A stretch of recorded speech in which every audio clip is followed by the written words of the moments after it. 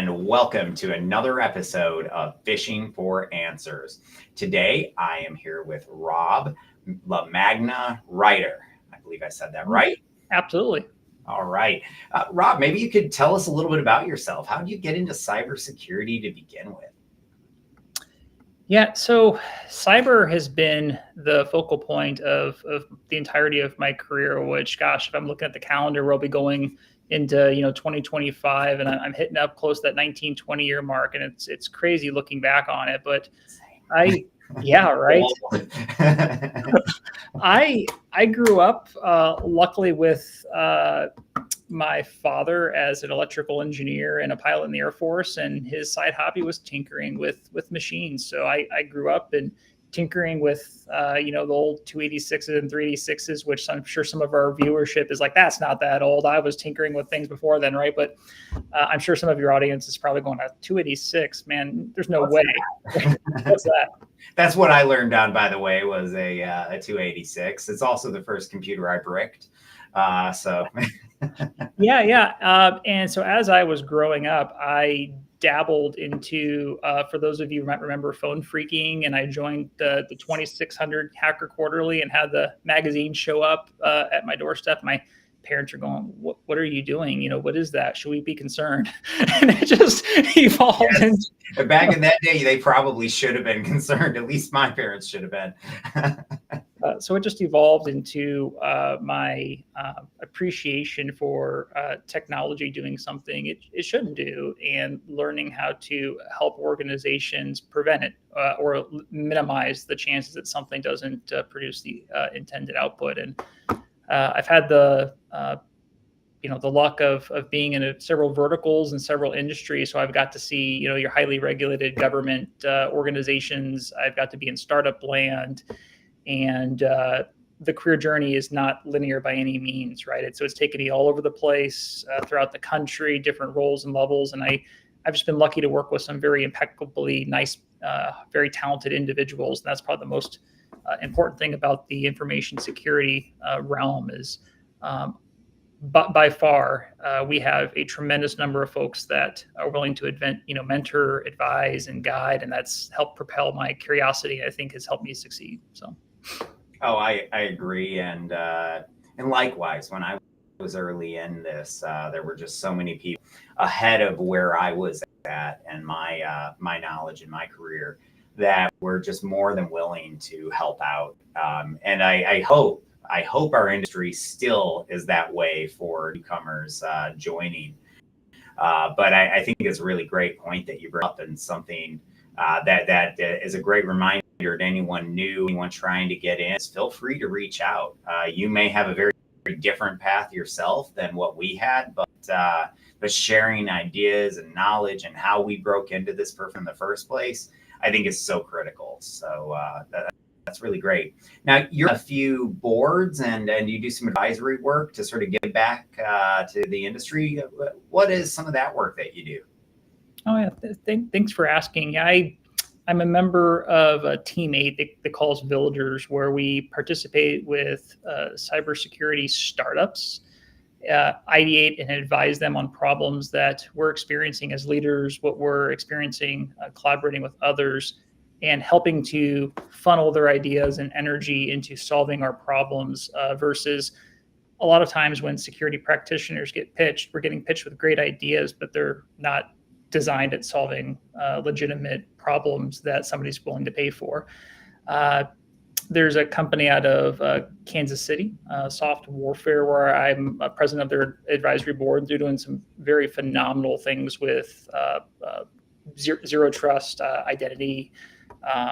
They claim and make some very good technology for the guy. I can't go into details on it, right? They do some very highly sensitive information with our wonderful armed forces. So they're helping to enrich the resiliency there. And then I participate with the Cloud Security Alliance as a member of their Zero Trust expert committee. So I've had the pleasure of leading several security programs through some either overhauls or implementation aligned to those principles, and was graciously asked if I could help join and continue the evangelism and teaching others. And that's been the most exciting part of that role. That's awesome. I imagine you didn't start out as a CISO, and you started out a little bit more junior. Now that you're in a CISO role, what are some of the things that really stand out as just really big eye-opening lessons that you learned that maybe you weren't aware of when you were more junior, but becoming a CISO forced you to learn? Are there any sort of big revelations that you had during that transition? More often than not, the ability to communicate, but not just communicate, but to be personable with others is incredibly important. Conveying ideas and finding likeness and not using technical terminology, again, more often is going to make you immensely successful, while being able to understand and piece things together. You learn that the vast majority of what you deal with as a security individual contributor, or an engineer, an analyst, architect, pick your title. The vast majority of the folks that we interact with just want their jobs to be as easy as possible, and do not have a need or desire to go as deep down the rabbit hole in security as what we're taught through either online courses, your formal education system, certifications. And so understanding that and leveraging that to your fullest advantage to extract the resources, get the capacity, get the funding for your folks on your team and others. Those are the skills, right? You don't learn, aren't necessarily taught or given. They come through cutting your teeth, being mentored, talking in peer groups, and those have been the biggest skills I've had to learn, double down on, and hone over the course of my career, transitioning from an intern all the way up through, which is now, this is my third CISO role.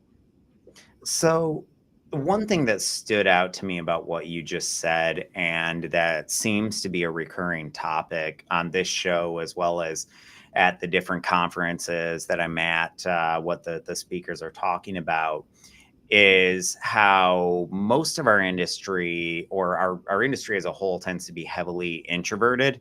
But how there is absolutely the need for that extroverted mentality, and how you're never going to understand all of your risk if you're not out there talking to the different department heads, and not just evangelizing cybersecurity, but also just learning about their workflows, their processes, their procedures, and identifying areas that there may be weaknesses that can be addressed by cybersecurity. So I liked that you mentioned that it's, so much of it is around communication and being able to articulate that risk, or being able to articulate, what needs to be done. I couldn't agree with you more on some of those points there. Anything else that sort of stood out as you sort of, progressed in your career? The power of being silent and listening very intentionally is going to be a superpower for a lot of those in the industry. You tend to pick up on word inflection, the nonverbals, trying to understand where folks are anchored, or where they may have bias in one way or another. And it's picking up on those you're never going to get it the first time. But over time, you tend to learn when and how to interact, and that is almost more effective of always having the right answer. Today, I don't pride myself on always having the right answer. I pride myself on knowing when and where and who to ask questions to, and tying that back to, for example, in my organization, how is that going to help us control unit costs, right? How is that going to help make us more competitive while maintaining the existing, risk appetite and so on, right? How are we controlling the controllables? And even though I'm not using the terminology externally that we might talk about in the cybersecurity world, I don't have to. I'm getting what I need to be able to translate that into initiatives for my team and let the experts do their thing, right? They want clarity and guidance on where we should be focusing our engineering and architecture and operations teams on. And it's my job to ask the right questions to solicit the right responses. And those are some of the things that, again, it takes some trial and error, but that's going to, if you have an interest in becoming a cybersecurity leader that has broad, business buy-in and has well refined relationships with those peers and continuing to wanting to become an effective non-security leader as well as a security leader, those are the areas you need to focus in on or dive into. All right. I like it. Real quickly, do you see me? Because all of a sudden my picture's disappeared here. I can see you, yes. Okay, and I'm going to assume so can the audience, and it's just my computer having some issues. So I couldn't agree more just about all of those business needs, balancing it. And I like how you brought it down to unit cost, because to me, that is how we are more successful as cybersecurity departments, is being enablers of business instead of being Dr. No, if you will. And so when we enable business, we understand that, our KPIs are very different than the CEO's KPIs. And the CEO is not necessarily going to care about all the why. They care about the risk and managing that risk or accepting the risk sometimes. But it's a little bit of a different conversation when you realize that, that CEO, they care about cybersecurity. They just have 10 other things on their plate that are far more critical than cybersecurity. And so it may come off as though they don't care, but they truly do. And I think it's almost this misconception that, that they don't care about cybersecurity. No, they just have other things that are a little bit more critical at the moment. Sure. And the problem with that, though, becomes that when cybersecurity becomes critical at those companies, often it's as the result of a breach. And so, those memes start becoming very true, budget before a breach versus budget after a breach. So, well, a lot of the misnomer goes back to a couple of forces working against each other, right? You think back to the majority of either the high profile, low profile, any of the cyber incidents that you might have heard over the last 10, 15, 20 years. The majority of those organizations are still operating. They're still around. You still shop at Target, I would assume, right? Remember that when that was the largest breach? Oh. I do. And so it's not the fact that security professionals are hammering on the wrong ideas. We're very well intentioned, but how we're going about discussing them, right, can sometimes lead to those unintended consequences. So in information security, I go back to like the fundamental hard problem of what we're all tasked with, right? And that's the threat. And you can define threat in a variety of ways, but the threat truly can't be quantified, right? No matter how you try to quantify and qualify that risk, there's going to be some ambiguity and some open discussion and respectful disagreement in that. And because that threat can't be quantified, a system also cannot be threat proof, right? So that threat is unconstrained. You're just trying to enable resiliency up to a certain point. And in security, nothing is truly secure. Right? I think that's an idea, a concept a lot of us have already agreed on, because to secure it, the whole thing has to be secure. It has to be free from vulnerability. And there's no such system, device, et cetera, that's out there. And so when we start communicating that we need X, Y, and Z to secure an organization, secure a process, just even changing your terminology to, how much downtime do you want to incur as a result of a potential information security event or incident, or,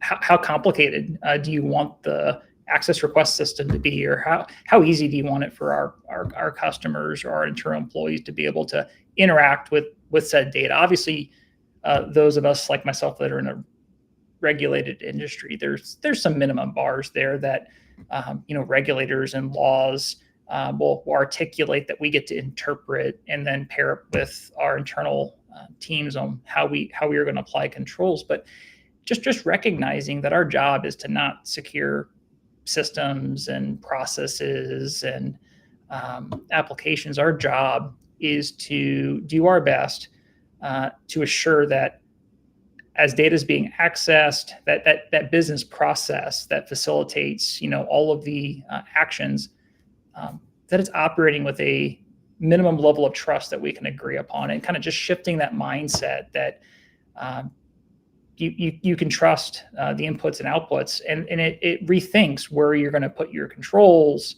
It forces you to understand the business process, as you and I, first started talking today, and it's all those non-exciting things that information security professionals sometimes gloss over because we want to go secure the configuration. We want to lock things down, when in actuality, understanding how your core operations team, or understanding how your sales or marketing teams are interacting with your CRMs, interacting with the reporting, and then how customers are calling in, and the whole ecosystem of a business, depending on your vertical.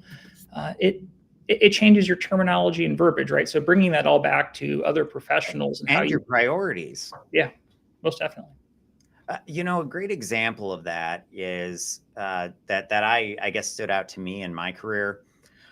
I started out an ethical hacker, spent a while as a CISO, then decided to found my own company. And it wasn't until I founded my own company that I saw this finding that had been in a million of my application security reports as an not an informational, but a low severity finding. And then once I'm the CEO, I realized just how much this was a critical finding, but we had always mislabeled it because we didn't understand the data. And the example I'll give you is SSO implementations often lead to full user enumeration. And sometimes, particularly in SaaS companies that have a bunch of different customers, those same SSO implementations can lead to the ability to enumerate all of the companies that might be using your platform. Well, owning a tech startup in the SaaS space, I can tell you one of our most protected bits of information is that customer list. But when I found those same findings as an ethical hacker and I wasn't aware of it, we reported them as lows. They often showed up year after year after year because they never made their way up to the C-suite because no one realized just how critical that data that was being leaked was. And so I like that as an example because it's where there's often this disconnect between the top executives in the company and the cybersecurity people that are in the trenches, and even the people in between, that, maybe we don't necessarily know what is our most protected data. And I think it always starts there, and that has to be communicated all the way down to even your contractors that you might be hiring to do an assessment. Because I worked for companies when I was in consulting that they had defined what their sensitive data was, but it didn't make its way to me. And so we rarely had somebody fire back and say, no, this is a higher finding. We all the time had them wanting to argue them down, but never wanting them to argue them up. I think it's just a great point. Now, switching topics a little bit here, I like to talk a little bit about methodology, particularly as it pertains to both security awareness as well as phishing. Trying to leave this very, very open so that you can answer it however you want. Are there any key methodologies that you've learned over the years around awareness or phishing or both that you would like to share with the audience as, hey, this is something I've learned that helps make this more effective? Yeah, here, hold on. Let me pull it out of my hat. There's a silver bullet here.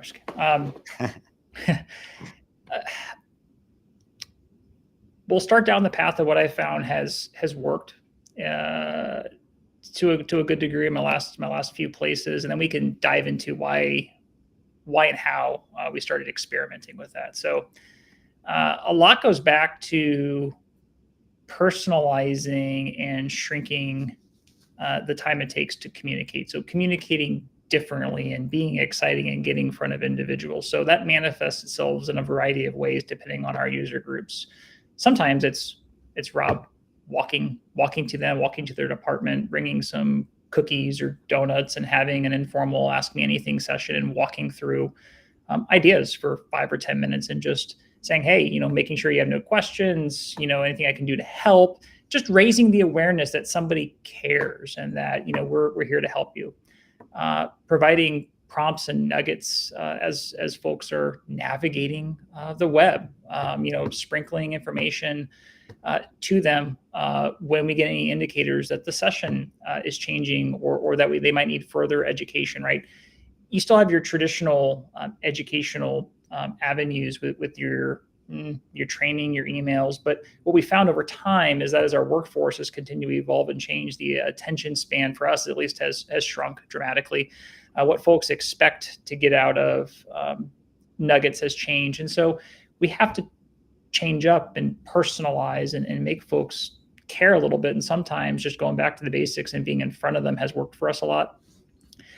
And explaining ourselves. And the reason why we found that it has worked a little bit is because a lot of individuals by default, and I'll tie it back to, their how behavioral economics describes it. It's that we value immediate rewards over future benefits.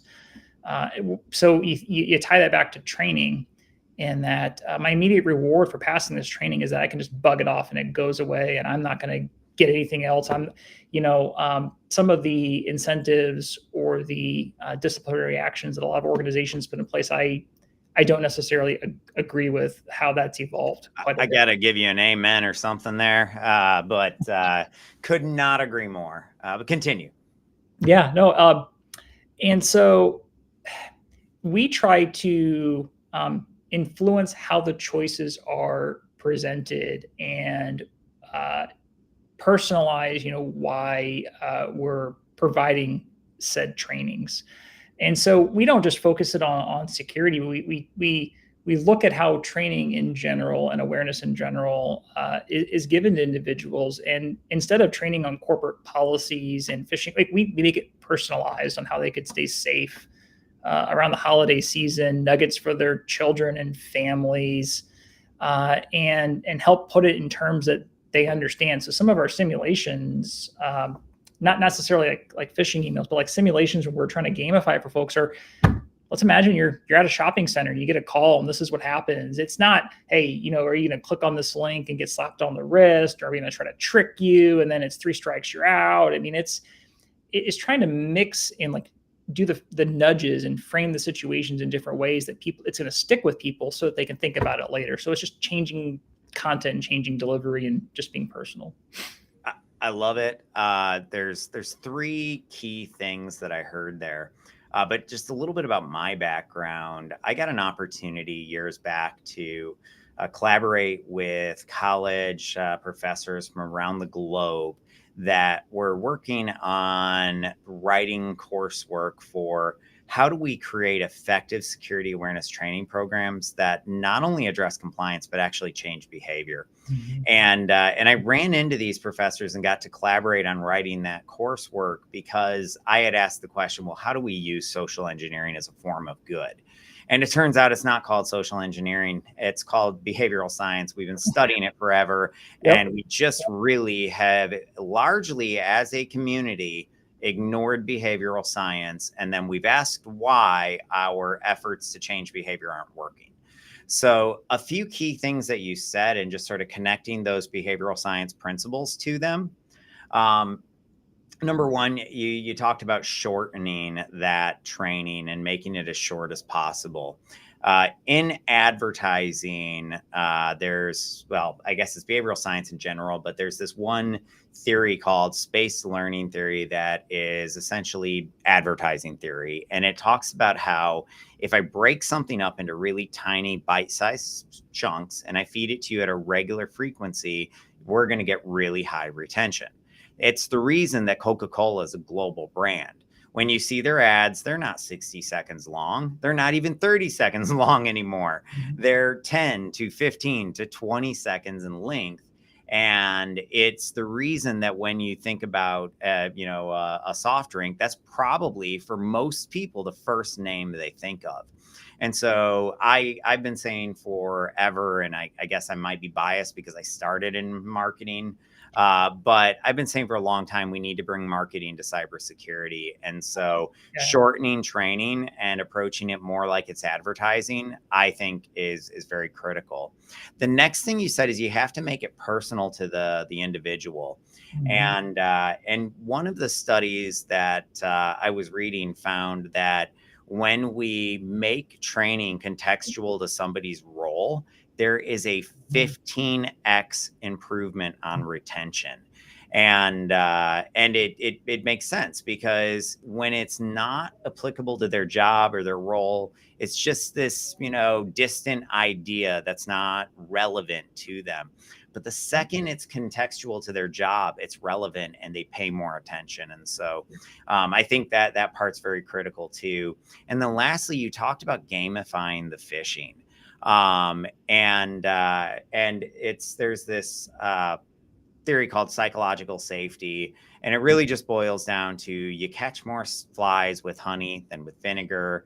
And it's so true that we have to be motivating people, and not just using the stick, but more importantly, starting with, and every opportunity that we get, we need to be using the carrot. And that means saying, great job. When they report a fish, saying, hey, great job, you reported a potential fish. But it's not just there, it's any opportunity that you have. And so it sounds like you've definitely been at this a while. You've certainly learned some things that work. So that's just great advice. Are there any, as a follow-up question to that, what would you define as the most core KPIs or most critical KPIs as it pertains, well, I guess to cybersecurity as a whole, and then the sub question would be to security awareness? So I have found in every team that I've been a part of or have led, for us, it is gauging the percentage of, you can call it systems. I've started reframing it to the percentage of business processes that I have visibility and can take action on. I don't care what your mean time to identify, detect, contain is. If it's not on the entirety of what your scopes and critical data is, it's meaningless. So we pride ourselves on trying to set benchmarks for where you don't go below a certain percentage of your visibility to take action or make decisions on information in an environment.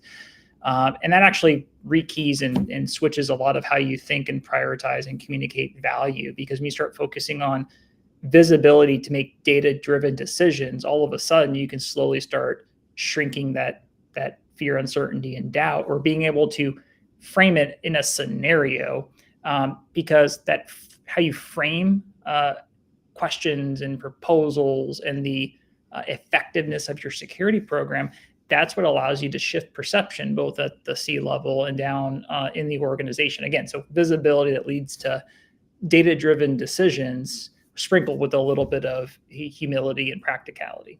And I apologize if I missed your second question. I can't recall. No, I mean, I think you answered it really well. And my big takeaway there, or what I heard, and I apologize if this isn't what you said, was don't let vendors set your KPIs. You know what your KPIs are better than anyone else. I mean, I'm really taking a lot of creative licensing with that. But I think that, each and everybody's KPIs are different. And I like how you connected it to the business and, your specific organization that you work for. In my experience, I know I'm a vendor, but I will be the first to criticize vendors, saying that too often vendors want us to look at KPIs that have no impact on our bottom line at the end of the day. And I think that's how we end up with, a tech stack of 90 different security tools and maybe 5 that actually have a real value that they add to the company. So, yeah, I personally have never found value in any of the quote unquote executive dashboards that you see offered in a plethora of vendors, right? I mean, I get the intent behind trying to summarize the information, But even to a certain level, those executive dashboards are for the security team that's managing them to be able to have a high level view. I have never successfully been able to leverage or would expect a non-security individual to take verbatim something coming out of those, right? So we're always trying to, again, reframe and retweak how we articulate that information. It's even when we send out notifications to the organization on upcoming changes or enhancements, not once do we ever say, you know, we're going to be enforcing stricter security controls, we're going to be tightening X, Y, and Z. We always lead it with, you know, we're in an effort to maintain the expected level of resilience and to support X, Y, and Z business initiative, emphasizing the positivity, right? A lot of where I've had effectiveness also is getting out of the way, whether it's from a DevOps or a delivery team or an operations team. They just want a secure foundation where my team have proactively built the right guardrails that they can operate in. And I'm okay with just taking nuggets of learning along the way, as long as I'm not taking any unnecessary risk. Gosh, you know, let others in the organization be your biggest supporter on how you're partnering with them. And it seems counterintuitive, right? Because you're not getting everything you want, but guess what? At the same time, nobody else is either, but you're going on a shared journey. And over time, when you build up that, I would call it your escrow account of goodwill, right? You can make a withdrawal from that at various times if you have to call in a favor or get extra funding, you name it. It's not about, again, chasing that elusive target that you're going to, you know, lock everything down and create a bunch of friction. Yeah, I like it. Okay, because we are running a little bit of time here. I'm not going to go into what I heard you say there and put words in your mouth. But jokes aside, AI is reshaping society as a whole right now. Mm-hmm. Mm-hmm. It's changing every aspect of our daily lives, and we are only just beginning to scratch the surface of what AI is going to be capable of, how it's going to help humanity, how it's going to impact our day-to-day jobs, everything from running a cybersecurity team over to, you know, other industries that are going to be impacted by this, like your, you know, creative types that are in marketing or advertising or creative writing. I mean, there's a lot of industries that are going to be hit very quickly. With AI, there's a lot of opportunity and there's a lot of threat. I think I want to start with, what threats are you seeing actively right now? Mm-hmm. And are you taking any measures to educate your people about those same threats with AI? And if so, what are you educating them about? And I ask because I talk to a lot of people in your role, and it seems everybody's looking at this from a little bit of a different perspective and seeing a different side of the problem. And so my goal is, if I ask enough people this question, maybe we'll see the whole picture at some point. Either that or the answer is just everything. Right? It could be. So I appreciate the way you frame this, because it is so personalized to every organization, and what are let's call it top 3 or top 4 issues in the world of like what AI is causing us to look deeper at, right? In our world, number 1 is fraud and impersonation. If you think about in the financial services world, we've relied heavily on a lot of information that folks seemingly should know themselves, which unfortunately has been lost to data breaches or it's been posted publicly. So in some way or another, that information's out there, right? Whether it's their secret questions or information about an individual that they think they should know, coupled with AI systems that are getting much, much better at cloning voices, cloning images, and creating an actual representation of someone that can look, sound, and act just like them. And you couple that with the information that's out there, it's ripe for increased fraud. So going back to, we talked about trust earlier, how do you raise the level of trust in any kind of conversation and get to the right level of assurance that a transaction is actually going like it should? And so we're exploring a lot of things on the fronts, right? novel technologies that could potentially detect or alert when it thinks that something is AI generated. Those have garnished a lot of attention. But the other side being changing how we authenticate individuals or the types of information that we would expect from them to validate a transaction. So much so that you're even requiring, dare I say, wet signatures for certain transactions, right? I mean, looking at the whole. I like it. I truly do believe that non-technical solutions are the answer to the deepfake threat. So I like it. I think that's a great example. Sorry, continue. Yeah, absolutely. And then us, like a lot of individuals, the development, so the ingress and egress sanitization and checking just to make sure that inputs and outputs from your code generation that's using some sort of Gen AI is meeting the minimum bar for which you would expect. We are not developing and creating our own models, right? But where we're seeking visibility is for those third parties where you buy, you license access to leveraging their models, trying to figure out how we get the best assurance that they're upholding their end of the bargain, that somebody on the back end is not just querying my information out of whatever service that I'm using. That's still in its infancy as well, right? But it goes back to visibility. It's kind of, back when the cloud operating models, first came to light, and how the industry sought to get visibility to the access and processes behind the information. We're trying to do the same thing there. Those would probably be the top three. The fourth, rounding it out, is in the financial services space, the regulatory requirements governing artificial intelligence change and look different depending on the jurisdiction. And so it's pairing all of that other areas that we're concerned with maintaining compliant and regulatory aligned ways of leveraging and communicating that as well. Because when you and I are talking about artificial intelligence, I mean, we're not getting down to whether it's deep learning, machine learning, you name, in the regulations can be even more ambiguous on how they're defining certain terms, and wanting to make sure we're partnering with our legal counsel to make sure we're understanding what's being asked of us and staying as compliant as we can, while trying to take advantage of the innovation offered. Makes sense. So along the AI front, I love all of that advice from sort of the defensive and even the risk perspective.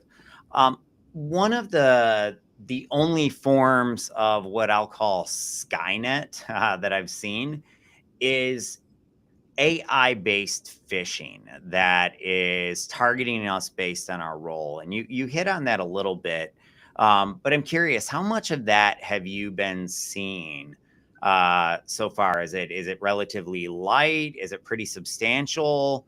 How much of what seems to be that AI-driven phishing are you actually seeing? It's hard to answer that with definitive answer, because I think that the adversaries have been using it for quite a while. They're just continuing to get better and better at it, right? So we have not seen an uptick in, I would call, social engineering attacks that are leveraging deep fakes to a great extent, but we have seen the proportion of messages get smarter, right? They're very, very personalized. It is almost indistinguishable if you're just looking at the message itself in a lot of ways, if it's going to a decision maker or someone in the finance group. That's always a popular target, right? Even across the board, anybody that's in a position to an authority that can go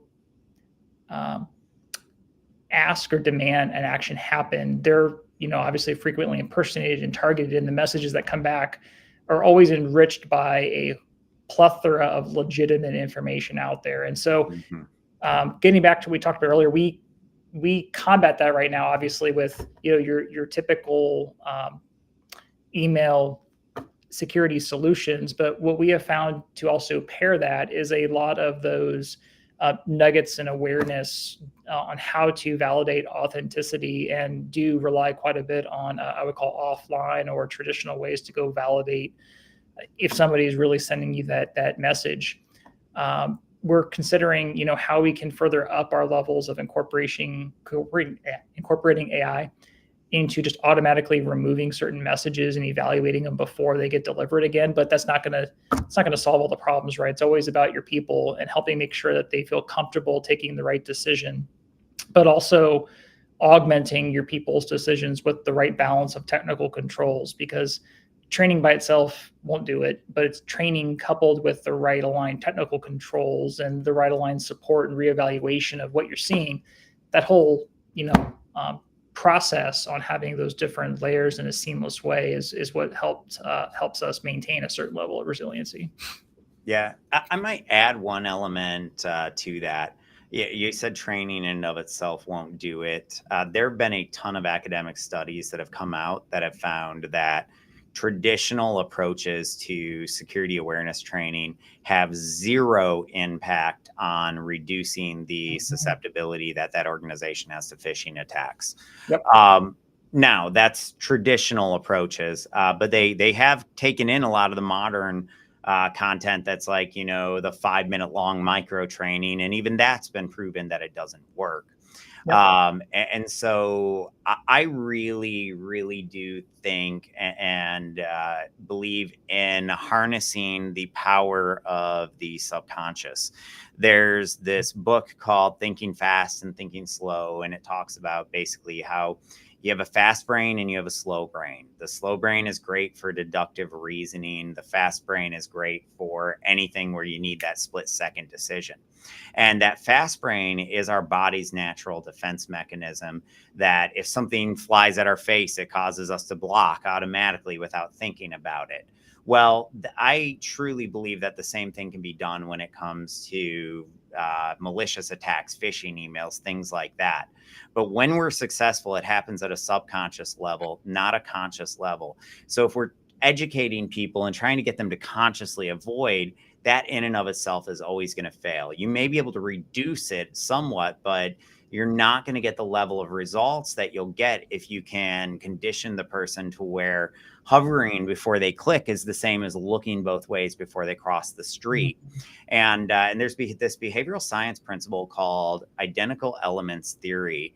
And it talks about how when I learn a red flag really well or learn about anything really well, I'm going to start seeing it everywhere.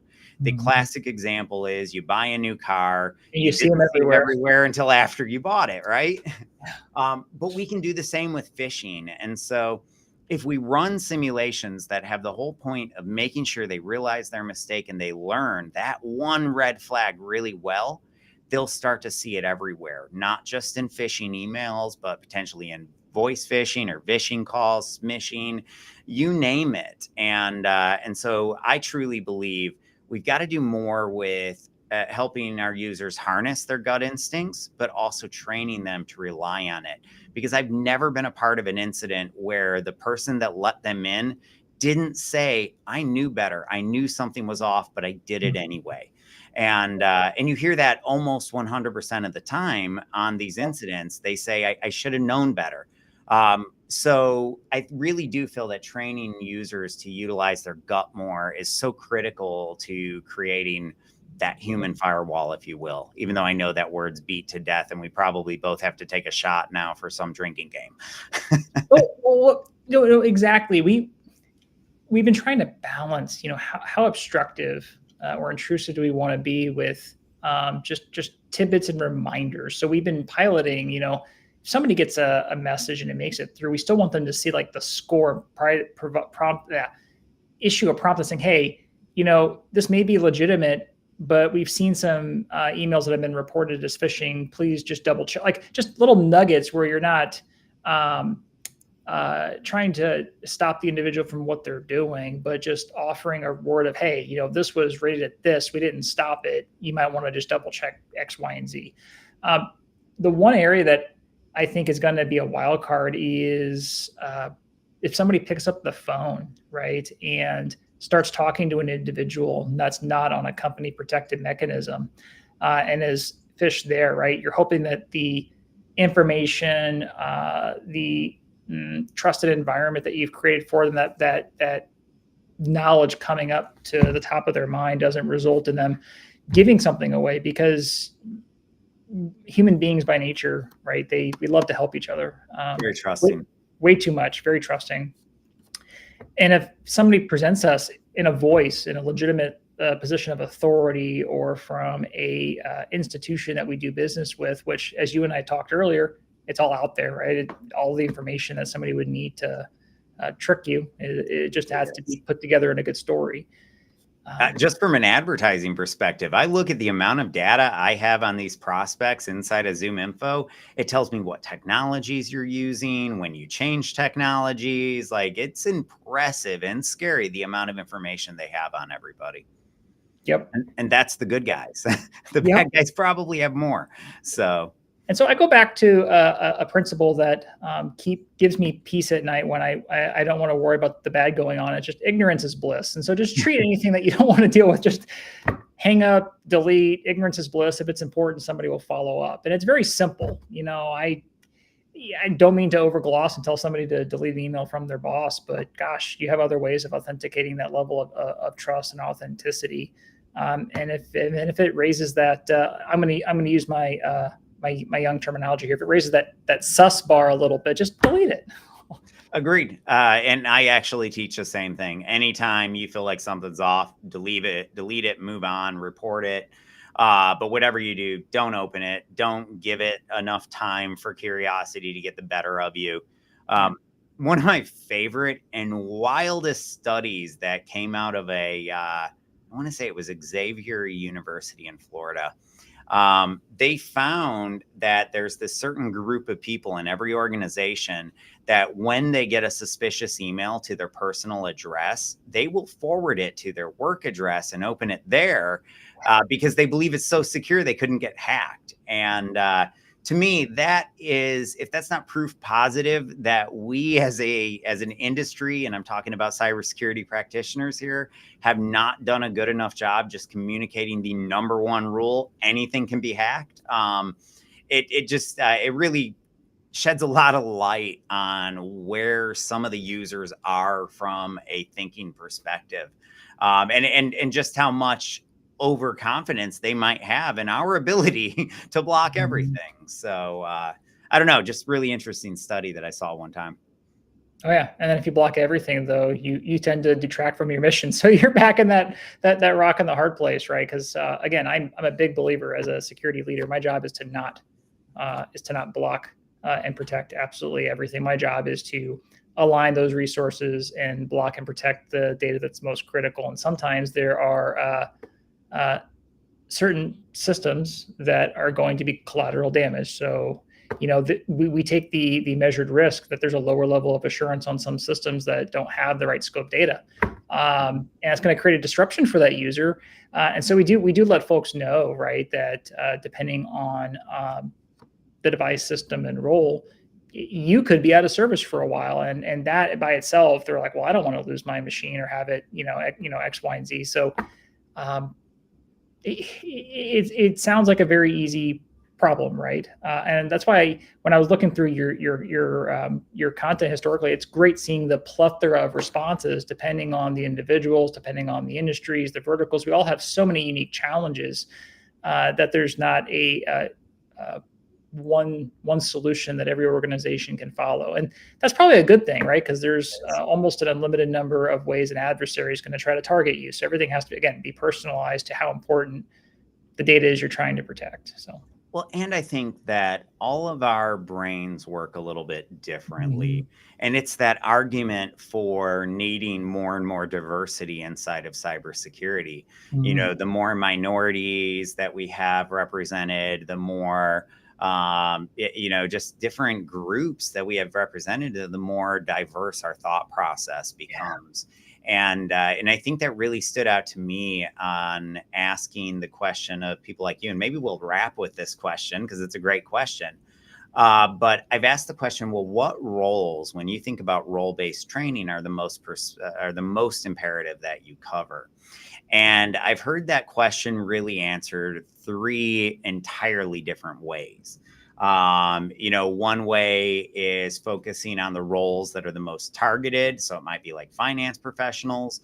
Another one is focusing on the hierarchy of the person within the organization. And then I've heard yet another one that focuses entirely on the level of access that person has. I don't think it's any one of the three. I think it's probably a combination of all three. But it's really just went to show me that we can both answer the exact same question. We can both be 100% right in our answers and still have two completely different answers. Mm-hmm. Mm-hmm. Yeah.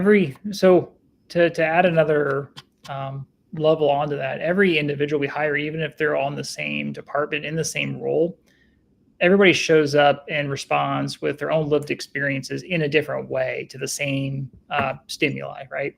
Yeah. And so when we think about training for certain roles, we not only, so we rotate the type of training based on role and maybe who's targeted, but we generate training and engagement in different ways, so it's not static. So to answer your question, it's both a combination of we do try to, again, go back to the buzzword. We personalize the training for individuals, but the way it's personalized rotates and also changes based on the role and the type of engagement. So there's not a standard operating procedure that says you're going to follow this structure every single time and then go forth and execute training. We take a look at the information, we take a look at the trends that we're seeing both from our tools, conversations from peers locally and nationally, and we try to adjust. It's not going to be in real time, but we want to respond accordingly to who we give training to and the type of training and partnership and education as the situation evolves. So hopefully that answers your question. It does. It's great. I agree that no two people are the same. One of the things that stood out to me, and fortunately in my career, I've sent now hundreds of millions of fish. And so I've seen some trends that across that, like your salespeople are very, they're famous for clicking on fish, but when you look at what they click on, it's mostly those social media themed phishing attacks because they are the face of the company. They're the ones out there in the trenches, and most of their leads come in through those different social media channels. So they're more likely to fall for those. But, another group that is famous for being susceptible are executives, and they click on very different things. Executives, it's often those ego things that tend to get them. And honestly, it might get me too. I don't know. But I find it interesting because even within those, to your point that you just made, just because you're a salesperson and most salespeople click on this doesn't mean that you're not the exception to the rule that's going to click on the Netflix fish. Mm-hmm. And so I think that understanding that, being able to identify that and make decisions based on that data is so critical. And that's what you were talking earlier is about having the right data to be able to make, critical or strategic decisions based on real insight into the company. So yeah, I couldn't agree more. Any final words you want to leave with our audience today? Just don't overcomplicate how you're thinking about this either. We talked about the ins and outs on how you can perfect and well-round and ingrain a program or enhance the resiliency. But when you get to the most effective thing that you can do, it's to try to simplify how you deliver for the organization and how to really make it easy. And that's going to supercharge your cycles and capacity more than you think, right? So again, it's 90% behavior, even 95% behavior sometimes, and then the remainder being some head knowledge or some experience. But gosh, how you do it, what you say, how you say it, that's going to enable you to be extremely effective no matter what you're doing. So that's what I guess I'll end with. It's more important, I think, today than it ever has been, and especially going into a season where it's so easy to find so many quote unquote authentic pieces of information out there, and how do you gauge level of trust? So it's it's always good to keep it simple, don't overcomplicate it, but at the same time, be realistic. Absolutely. Well, thank you. This has been just amazing. You've given the audience some really, really great words of wisdom. It's clear that you've been in this industry for a long time and you definitely know what you're doing. So thank you. It was my honor to have you on the podcast today, and you just gave us a great bit of advice. With that, I will see you again, I think later this week for our next episode of Phishing